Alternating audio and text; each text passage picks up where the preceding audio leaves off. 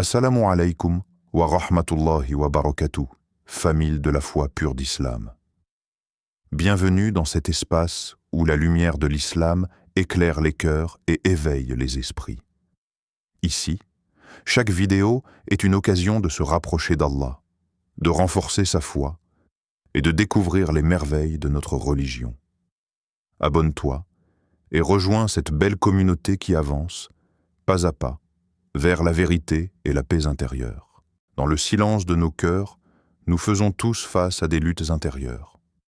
Certaines sont visibles, d'autres se déroulent en secret, là où seul Allah connaît la vérité. Parmi ces épreuves intimes, la question de la masturbation revient souvent, surtout à une époque où les tentations sont accessibles d'un simple clic, où la solitude et la faiblesse de l'âme ouvrent la porte à des habitudes destructrices. Mais l'islam, dans sa sagesse infinie, ne laisse aucun croyant sans direction. Chaque question, chaque lutte trouve une lumière dans le Coran et dans l'exemple de notre bien-aimé prophète Muhammad. Aujourd'hui, nous allons explorer ensemble ce sujet délicat, non pas avec jugement, mais avec compassion et profondeur spirituelle. Car derrière cette lutte se cache une opportunité immense, celle de se rapprocher d'Allah, de purifier son âme et de retrouver la vraie paix intérieure. L'islam nous rappelle que la vie humaine est un dépôt sacré confié par Allah. Notre corps, nos pensées, nos émotions et même nos désirs ne nous appartiennent pas totalement. Ils sont une épreuve, un terrain où se joue notre rapport avec le Créateur. Préserver la pureté, qu'elle soit intérieure ou extérieure, n'est pas seulement une règle morale, c'est une manière d'honorer ce dépôt. Allah dit dans le Coran « Et ne vous approchez pas de la turpitude, ce qui est apparent et ce qui est caché. » Sourate Al-An'am 651. Ce verset nous pousse à réfléchir non seulement aux grands péchés visibles, mais aussi aux habitudes cachées, celles que personne ne voit, mais qui corrodent l'âme peu à peu. La masturbation fait partie de ces luttes secrètes, souvent banalisées, parfois défendues par des excuses personnelles, mais qui, en réalité, rappellent la fragilité de notre maîtrise de soi. Le prophète, dans son enseignement, a toujours mis en valeur la pudeur et la maîtrise des passions. Il a dit « La vraie force n'est pas celle du lutteur, mais celle qui permet de se dominer lorsque la colère s'empare de lui. » Et si l'on remplace ici la colère par le désir, le sens reste le même. La vraie puissance n'est pas physique, elle est intérieure. C'est la victoire silencieuse de celui qui refuse de céder à ce qui l'éloigne de son Seigneur. Imaginons un instant un croyant seul, la tentation à portée de main, le silence comme complice, et pourtant il détourne son regard, il ferme son écran, il fait ses ablutions et se tourne vers Allah. Est-ce un acte insignifiant? Non, c'est une bataille spirituelle remportée, un acte de pudeur qui est vu par celui qui voit tout. L'islam place la modestie au cœur de la foi. Le prophète a dit « La pudeur fait partie de la foi ». Ce lien entre foi et pudeur nous apprend que chaque fois qu'on nourrit des pensées ou des actes qui dépassent les limites, ce n'est pas seulement la pureté du corps qui est atteinte, mais la lumière de la foi qui s'affaiblit. Alors, une question demeure, suspendue dans l'air comme un miroir tendu à nos âmes. Est-ce que je maîtrise mes désirs, ou est-ce que mes désirs me maîtrisent? Un esprit fragile est comme une forteresse dont les murailles s'effritent pierre après pierre. Au départ, la brèche semble minime, presque invisible, mais peu à peu, elle s'élargit et l'ennemi, Shaitan, trouve le passage idéal pour s'y engouffrer. Allah nous met en garde, et ne suivez pas les pas de Shaitan, car il est pour vous un ennemi déclaré. Sourate Al-Baqarah 268. Le diable n'attaque pas de front avec des coups bruyants. Il avance par étapes, par chuchotements, par habitudes répétées qui finissent de par dominer. Un esprit faible devient sa cible favorite, car il n'a pas appris à fermer ses portes intérieures. La masturbation, dans ce contexte, n'est pas seulement une action physique. c'est une habitude qui installe en silence une sorte de dépendance invisible. Imagine un jeune croyant qui tombe dans ce cycle. À chaque faiblesse, il ressent un plaisir fugace, mais aussitôt, une lourde ombre s'abat sur son cœur. La prière devient distraite, les larmes de la nuit se font rares, et la conscience d'Allah, qui devait illuminer son quotidien, s'éteint comme une bougie qu'on étouffe. Ce va-et-vient entre plaisir éphémère et regret amer devient une prison intérieure. Et pourtant, ce cercle n'est pas invincible.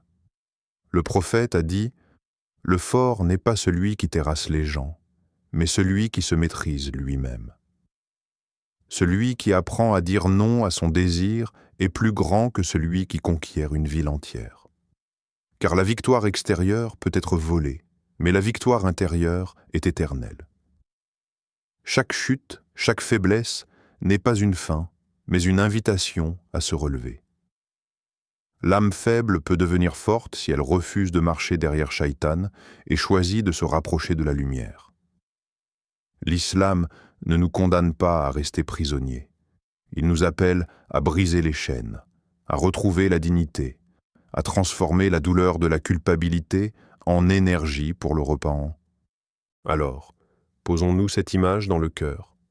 Mon âme est-elle une forteresse solide, où Shaitan n'a pas de place, ou bien une citadelle fissurée où ses pas résonnent déjà? Dans une époque où les désirs étaient aussi présents que dans la nôtre, un jeune homme, troublé et tourmenté, trouva le courage de se présenter devant le messager d'Allah. Ses yeux étaient marqués par l'agitation intérieure, et ses lèvres tremblaient lorsqu'il prononça une demande qui choqua l'assemblée. « Ô messager d'Allah, accorde-moi la permission de commettre l'adultère. » Les compagnons, surpris et indignés, se levèrent, prêts à réprimander cette audace. Comment pouvait-il demander une telle chose en présence du prophète? Mais le prophète, lui, ne fronça pas les sourcils. Il ne leva pas la voix. Il choisit la douceur, là où d'autres auraient choisi la colère. Il l'invita à s'approcher. Et d'une voix calme, il lui posa une question qui allait bouleverser son cœur. « Accepterais-tu cela pour ta mère ?» Le jeune baissa la tête. « Non, ô messager d'Allah. » Le prophète poursuivit avec la même douceur. « Et pour ta fille ?»« Non, jamais. »« Et pour ta sœur? Pour ta tante ?» À chaque fois, la réponse était la même. « Non. » Alors la vérité devint évidente aux yeux de ce jeune homme. Ce qu'il convoitait pour lui-même, il ne l'aurait jamais accepté pour ceux qu'il aimait. Le prophète posa alors sa noble main sur la poitrine du jeune et fit cette invocation. « Ô Allah, purifie son cœur, pardonne ses péchés et protège son âme. » Ce geste simple transforma son agitation en apaisement. Le feu de son désir fut éteint par la lumière de la raison et de la foi. Ce récit n'est pas une simple anecdote, c'est une leçon éternelle. La tentation existe et chacun de nous y est exposé. Mais l'islam ne nous condamne pas à l'impossible. Il nous apprend à réfléchir, à replacer nos désirs dans le cadre de la justice, de l'honneur et de la pudeur. Peut-être que nous aussi, comme ce jeune homme, nous portons en nous des désirs brûlants qui semblent parfois incontrôlables. Mais il y a toujours un refuge.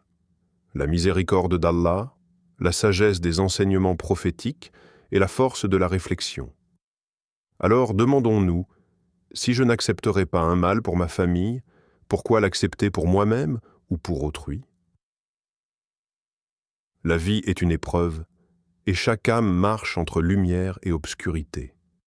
Mais Allah, dans sa miséricorde infinie, n'a jamais laissé ses serviteurs sans armes face aux tentations. Il a placé entre nos mains des clés qui ouvrent les portes de la sérénité et ferment celles des désirs destructeurs. La première clé est la prière. 5 fois par jour, elle se dresse comme un bouclier. Elle lave les traces des erreurs, elle purifie l'âme fatiguée, elle éloigne les turpitudes comme un vent qui chasse les nuages. Allah dit, en vérité, la prière préserve de la turpitude et du blâmable. Sourate Al-Ankabut, 29-45. Chaque prosternation est une confession silencieuse, un cri discret du cœur. « Ya Allah, rends-moi plus fort que mes faiblesses. » La seconde clé est le jeûne. Le prophète a recommandé aux jeunes qui ne peuvent pas se marier de jeûner, car le jeûne discipline le corps et apaise les ardeurs. Il n'est pas seulement une abstinence de nourriture et de boisson, il est une école de patience et de maîtrise. Celui qui apprend à dire non à l'eau lorsqu'il a soif et non à la nourriture lorsqu'il a faim, apprendra aussi à dire non à ses passions lorsqu'elles s'agitent. La troisième clé est le dhikr et la lecture du Coran. Le cœur, lorsqu'il se détache de la parole d'Allah, se dessèche et devient vulnérable. Mais lorsqu'il s'abreuve du rappel d'Allah, il retrouve une paix que rien d'autre ne peut offrir. Chaque verset récité est une lumière déposée dans l'âme, chaque tasbih est une chaîne qui éloigne Shaitan. Alors pose-toi la question, qu'est-ce qui nourrit ton âme au quotidien? Est-ce le bruit des écrans, les images qui attisent le feu des désirs, ou bien est-ce la voix du Coran, ce souffle divin qui calme et éclaire? Allah nous a donné les outils, à nous de choisir, rester prisonniers des passions ou devenir libres par sa proximité. L'islam n'est pas une religion qui se limite à dire « ne fais pas ». Elle dit aussi « voici ce qui est meilleur pour toi ». Elle ne ferme pas des portes sans en ouvrir de plus grandes, plus lumineuses et plus apaisantes. Le prophète a enseigné une règle universelle. Quiconque abandonne quelque chose pour Allah, Allah le remplacera par mieux. Voilà la clé. Ne pas seulement fuir le mal, mais le remplacer par le bien. Car si le cœur reste vide, Shaitan viendra vite y planter ses graines. Mais si le cœur est occupé par des œuvres vertueuses, il devient un jardin fertile où la lumière prend racine.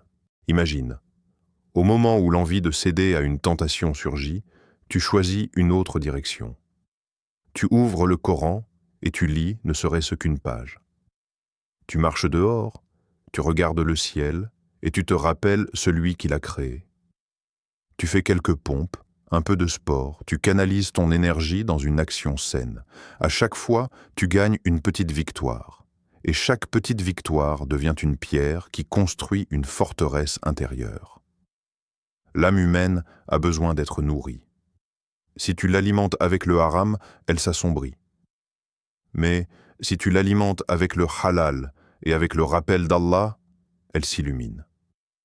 Voilà pourquoi l'islam encourage non seulement la prière, le jeûne et le dhikr, mais aussi le travail, l'apprentissage, les passions licites.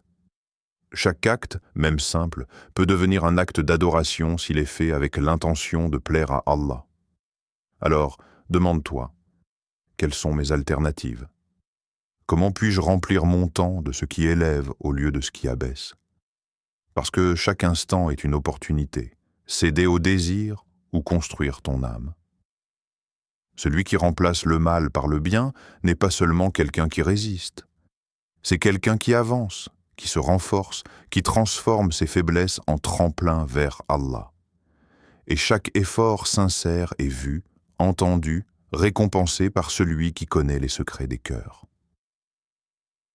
La question de la masturbation n'est pas qu'une simple question d'acte caché. Elle révèle quelque chose de plus profond. La bataille intérieure que chacun de nous mène contre ses passions, contre Shaitan, contre la faiblesse de l'âme.